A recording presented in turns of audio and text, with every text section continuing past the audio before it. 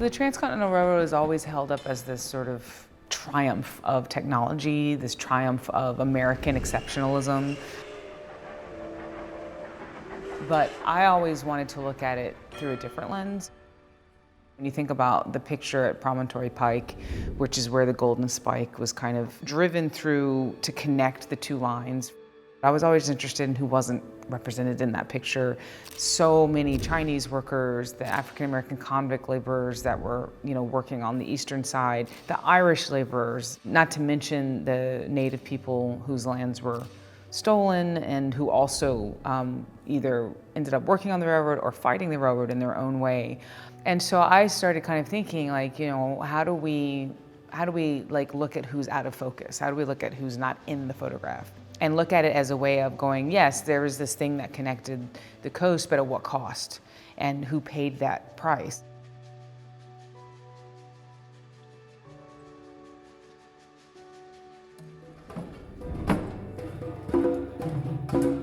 My name is Rhiannon Giddens, and I'm the artistic director of the Silkroad Ensemble. When I first came into the organization a few years ago, the very first thing that I thought of as an overarching program for the organization was something involving the railroad. Because particularly the connection of the eastern and western lines of the railroad, the Transcontinental Railroad, which involved so many different ethnic groups that I felt like have been represented by Silkroad. And I was just like, well, what a great way to bring the Silkroad story to America. Who represents America is like this incredibly diverse group of people, but that's not how the narrative gets told. We kind of had to focus on a few pillar groups and groups that we knew that we could represent through the Silkroad roster.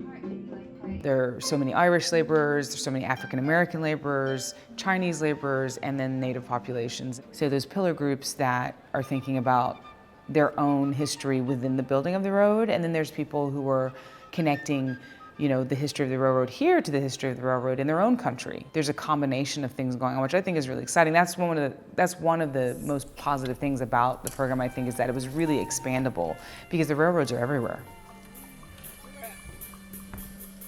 So this has been like a multi-year process. We've done workshops in different areas. We did a workshop in Boston, in New York, at Standing Rock Reservation in North Dakota and California, in San Francisco, also North Carolina.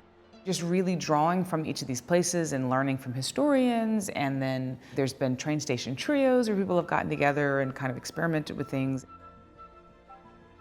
We have had lots of different people from the ensemble kind of have opportunities to also create pieces based on the history, bring in traditional tunes and rearrange, or be completely inspired by an outside composer's creation. Silkroad is really trying to get our philosophy out in as many different places as possible outside of the concert stage. Not everybody can come to our concerts. So there's a series of PBS programs from my series called My Music. So that's really exciting. There's 6 episodes that deal with this exact program for Silkroad. So we also have a podcast that's based on these different stories using the music that Silkroad developed for this program.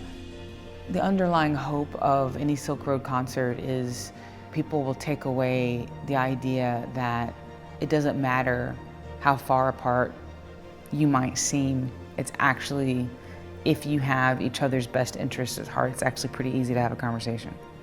And that's what we're doing musically. If we're eager to find a connection, we'll find it.